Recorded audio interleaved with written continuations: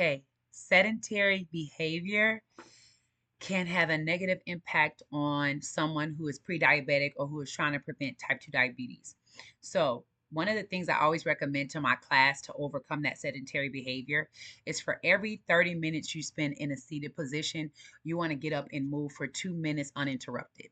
So, if you are going to watch your favorite television show, after that television show is over, set your timer for 2 minutes and get to moving. And don't stop moving until that 2 minutes is over.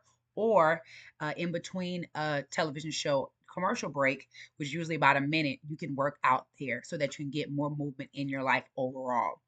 I want you to think about ways that you can add more movement into your day. So, parking further from the entrance of the nearest store, taking the stairs every time instead of taking the elevator or the escalator, walking before you get started at your job, or walking during part of your lunch break. Instead of spending a extended period of time sitting, you can set a timer and squat up and down into your chair. If you are working in an office setting, you can choose to take your meeting and walk across the office to talk to your coworker. You can implement walking meetings if you're someone that leads a group, but you want to implement more movement in your day. Um, Physical inactivity.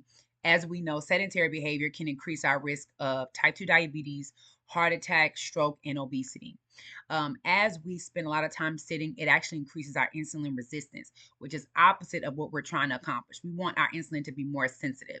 So we want to spend more time moving. The more movement I participate in, the more I exercise, the more resistance training, the more that insulin sensitivity increases.